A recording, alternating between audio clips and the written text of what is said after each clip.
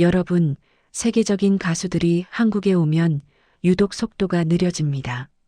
무대에 올라서자마자 노래부터 던지지 않고 객석을 한 바퀴 훑어보며 숨을 고릅니다. 조명이 꺼지고 환호가 터지는데도 그들은 잠깐 멈춥니다. 눈으로 관객을 확인하는 겁니다. 오늘은 어떤 밤이 될까? 그리고 표정이 바뀝니다. 오늘은 대충 넘어갈 수 없겠다는 얼굴입니다. 한국 관객은 시작부터 집중이 다릅니다. 전주가 흐를 때 이미 박자가 맞춰지고 첫 소절이 나오면 반응이 동시에 올라옵니다. 어떤 관객은 노래를 아는 정도가 아니라 가사와 호흡까지 몸에 익혀서 옵니다. 떼창이 무조건 큰 게 아니라 정확합니다. 한국에서는 박수와 환호가 자동 재생이 아닙니다. 진짜로 꽂히면 폭발하고 아니면 조용합니다. 그 조용함이 가수에게는 압박입니다. 호흡이 흔들리면 바로 들키고 감정이 빠지면 객석의 온도가 즉시 식습니다. 그래서 아티스트는 한국에서 더 정직해집니다. 눈을 피하지 않고 소절을 흘려보내지 않고 공연 초반부터 기어를 올립니다. 무대에서 고음 한번 올리는 게 중요한 게 아니라 그 고음을 왜 올리는지까지 관객이 느껴버리니까요. 가수는 기술만으로는 버티기 어렵다는 걸 압니다. 또 하나가 있습니다. 한국 관객은 무대를 보는 방식이 다릅니다. 핸드폰을 드는 사람도 있지만 분위기를 깨지 않으려고 스스로 조절합니다. 조용한 곡에서는 더 조용해지고 폭발해야 할 순간에는 확 터집니다. 이 리듬을 무대가 먼저 이끌어가는 게 아니라 관객이 같이 맞춰줍니다. 그래서 한국 무대는 공연이 아니라 공동 작업처럼 굴러갑니다. 결국 한국의 선 아티스트는 하나를 깨닫습니다. 여기서는 평균적인 무대가 통하지 않습니다. 자기의 진짜 실력, 진짜 감정, 진짜 태도, 그 셋이 다 나와야 합니다. 한국 무대에 서면 가수의 기본기가 그대로 드러납니다. 그래서 세계의 스타들이 한국에 오면 유독 진지해지는 겁니다. 관객의 눈빛이 곧 점수표처럼 느껴지는 곳, 그래서 스타들도 한국에 오면 초심으로 돌아갑니다.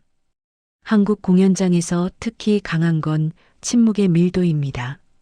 조용해야 할 때는 정말 조용합니다. 이건 단순히 예의가 좋다는 말이 아닙니다. 관객이 무대를 존중한다는 뜻이기도 하고 동시에 우리는 다 듣고 있다는 신호이기도 합니다. 해외에선 노래가 끝날 때마다 관성적으로 함성이 이어지곤 합니다. 하지만 한국은 다릅니다. 좋으면 크게 터지고 그렇지 않으면 정확하게 조용해집니다. 반응이 정확하다는 건 평가가 정확하다는 뜻입니다. 이 침묵은 가수에게 상당한 압력으로 작용합니다. 노래를 멈출 수도 없고 대충 넘어갈 수도 없습니다. 그래서 한국 무대에서는 애드리브가 줄어들고 노래 한 소절 한 소절에 더 많은 힘이 실립니다. 작은 음정이 흔들리는 순간도 감정을 덜 싣는 순간도 객석이 바로 알아차립니다. 가수는 관객이 나를 읽고 있다는 감각을 받습니다. 그 순간부터 공연은 긴장감이 생깁니다. 무대가 살아납니다. 그리고 한국 관객은 멘트를 잘 들어줍니다. 곡과 곡 사이에 가수가 시간을 벌려고 하는지 진짜로 하고 싶은 말을 꺼내는지 그 차이를 금방 느낍니다. 그래서 빈 멘트는 잘 안 통합니다. 대신 진심이 들어간 말은 그날 공연의 공기를 바꿉니다. 한국 관객은 박수로만 반응하지 않습니다. 고개 끄덕임, 정적, 웃음, 숨죽임으로 반응합니다. 그 미세한 반응이 무대 위에 그대로 전달됩니다. 이런 환경에서는 스태프들도 달라집니다. 음향, 조명, 진행이 더 촘촘하게 맞춰지고 작은 실수도 관객이 알아차릴 수 있다는 전제로 움직입니다. 그러니 아티스트도 함께 올라옵니다. 결국 한국에서의 공연은 쇼라기보다 연주에 가깝게 느껴집니다. 관객이 그냥 소비자가 아니라 공연의 품질을 끌어올리는 파트너가 됩니다. 그래서 한국 공연을 다녀간 아티스트들은 종종 비슷한 감정을 갖습니다. 힘들었다. 그런데 좋았다. 쉽지 않은데 그래서 잊히지 않는 무대. 그게 한국 관객이 만들어내는 K- 관객의 힘입니다. 공연이 끝난 뒤에 남는 건 소음이 아니라 그 밤의 집중이었다는 기억입니다. 2025년 한국 무대가 상징적이었던 건 전설급 이름들이 한국을 하나의 중심으로 대했다는 점입니다. 오아시스가 무대에 섰을 때 그 장면은 단순한 콘서트라기보다 거대한 합창처럼 흘러갔습니다. 오래된 노래가 낡지 않고 오히려 더 또렷해지는 순간이 있습니다. 한국 관객은 그 순간을 만들어냅니다. 가수가 한 소절 던지면 객석이 그 뒤를 받아서 더 크게 되돌려줍니다. 그러면 무대 위도 달라집니다. 원래 계획보다 템포가 늘어나고 곡 사이 호흡이 길어지고 앙코르가 자연스럽게 붙습니다. 여기서 중요한 건 관객이 단순히 열광만 하는 게 아니라는 점입니다. 한국 관객은 곡의 구조를 알고 감정의 고절을 같이 타며 어디서 숨을 고르고 어디서 터져야 하는지 공유합니다. 그래서 공연이 정확한 타이밍으로 움직입니다. 무대 위 아티스트는 그 정확함을 느끼고 더 과감해집니다. 한 번 더 끌어올리고 한 번 더 밀어붙이고 한 번 더 솔직해집니다. 한국 무대에서는 그게 통합니다. 그리고 2025년의 한국은 공연장 밖도 무대처럼 작동합니다. 공연이 끝나면 영상이 퍼지고 후기와 감상평이 쌓이고 그날의 순간이 다음 날부터 기준이 됩니다. 월드 투어를 도는 아티스트 입장에서 한국은 단순한 한 도시가 아닙니다. 한국에서 만들어진 장면이 다른 도시의 관객 기대치를 바꿉니다. 한국에서는 이렇게 했더라. 이 말 한마디가 투어 전체의 톤을 흔듭니다. 그래서 아티스트들은 한국에서 실험을 합니다. 셋리스트를 바꾸고 편곡을 바꾸고 멘트를 늘리고 조명을 조정합니다. 반응을 확인하고 그 반응을 기반으로 다음 무대를 수정합니다. 한국은 공연을 검증하는 장소이기도 하고 업그레이드하는 장소이기도 합니다. 2025년에 한국이 특별했던 이유는 그 역할이 더 선명해졌기 때문입니다. 전설이 서고 관객이 받아내고 그 장면이 세계로 퍼집니다. 한국은 그렇게 중심이 됩니다. 그래서 한국에서의 한 번의 성공은 다음 투어 기획 단계에서 한국을 우선순위로 올려놓습니다. 펄프처럼 처음 한국을 밟는 팀에게 한국은 더 특별하게 다가옵니다. 보통 첫 방문 공연은 탐색전입니다. 관객이 어떤 리듬에 반응하는지, 어떤 곡에서 호흡이 올라오는지 살핍니다. 그런데 한국은 탐색 시간이 짧습니다. 첫 곡부터 이미 알고 있구나라는 느낌이 옵니다. 후렴에서 합창이 정확히 터지고 조용한 구간에선 공연장이 한 덩어리처럼 가라앉습니다. 그 반응은 과장되지 않지만 정확합니다. 가수 입장에서 이건 낯선 경험입니다. 처음인데 처음이 아닌 느낌. 이미 오래 알고 지낸 관객 앞에 서 있는 듯한 감각입니다. 그래서 한국 무대에서는 말이 길어집니다.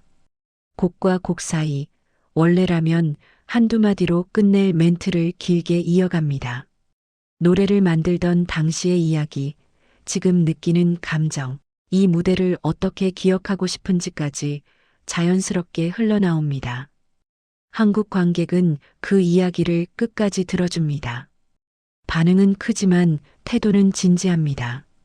이 집중과 신뢰가 아티스트를 더 솔직하게 만듭니다. 또 한국 관객은 처음 만난 아티스트를 대하는 방식도 독특합니다. 환대는 뜨겁지만 맹목적이지 않습니다. 공연의 품질이 좋으면 바로 올라오고 허술하면 바로 식습니다. 그래서 처음 오는 팀일수록 한국에서 더 준비합니다. 리허설을 꼼꼼하게 하고 사운드를 세밀하게 맞추고 곡 흐름을 더 다듬습니다. 첫인상을 여기서 만들고 싶어 하기 때문입니다. 이런 경험을 한번 하면 다음 투어를 짤 때 한국을 빼기가 어렵습니다. 한국은 단지 관객이 많은 나라가 아니라 공연을 완성시키는 나라입니다. 무대 위 사람에게 당신이 어떤 아티스트인지를 증명하게 만들고 동시에 그 증명을 최고의 형태로 끌어올립니다. 그래서 처음 한국을 왔던 아티스트들은 종종 다음에 더 큰 무대를 상상하게 됩니다. 다음에는 더 길게, 더 크게, 더 깊게. 한국은 그런 욕심을 만들어주는 곳입니다. 그렇게 한국은 처음 온 팀에게도 두 번째 방문을 약속하게 만드는 묘한 설득력을 갖습니다. 다음엔 더 큰 공연장, 더 긴 러닝타임을 상상하게 됩니다. 결국 세계의 가수들이 한국을 다시 찾는 이유는 단순합니다. 한국은 아티스트를 소비하지 않고 완성시킵니다. 관객이 노래를 외워와서 함께 부르고 정확한 타이밍에 반응하며 공연이 끝난 뒤에도 그날의 무대를 오래 이야기합니다. 누가 더 크게 소리치느냐가 아니라 누가 더 깊게 참여하느냐의 문화입니다. 그래서 한국에서는 가수가 더 잘하고 싶어집니다. 한 소절을 더 정직하게, 한 번 더 집중해서 한 곡을 더 남기고 싶어집니다. 한국 무대는 쉽지 않습니다. 하지만 그래서 가장 기억에 남습니다. 이 나라에서는 그냥 괜찮은 공연이 잘 통하지 않습니다. 대신 진짜였던 공연은 오래 살아남습니다. 관객이 그 무대를 자기 삶의 기억으로 가져가기 때문입니다. 그래서 아티스트는 한국에서 공연을 하고 나면 단순히 성공했다가 아니라 남겼다는 느낌을 받습니다. 돈을 벌었다가 아니라 무언가를 교환했다는 느낌입니다. 그리고 한국은 문화가 빠릅니다. 공연이 끝나면 그날의 장면이 짧은 영상으로 쪼개져서 퍼지고 한 줄 감상평이 밈처럼 번지고 해외 팬들이 그걸 보고 다음 도시 티켓을 사기도 합니다.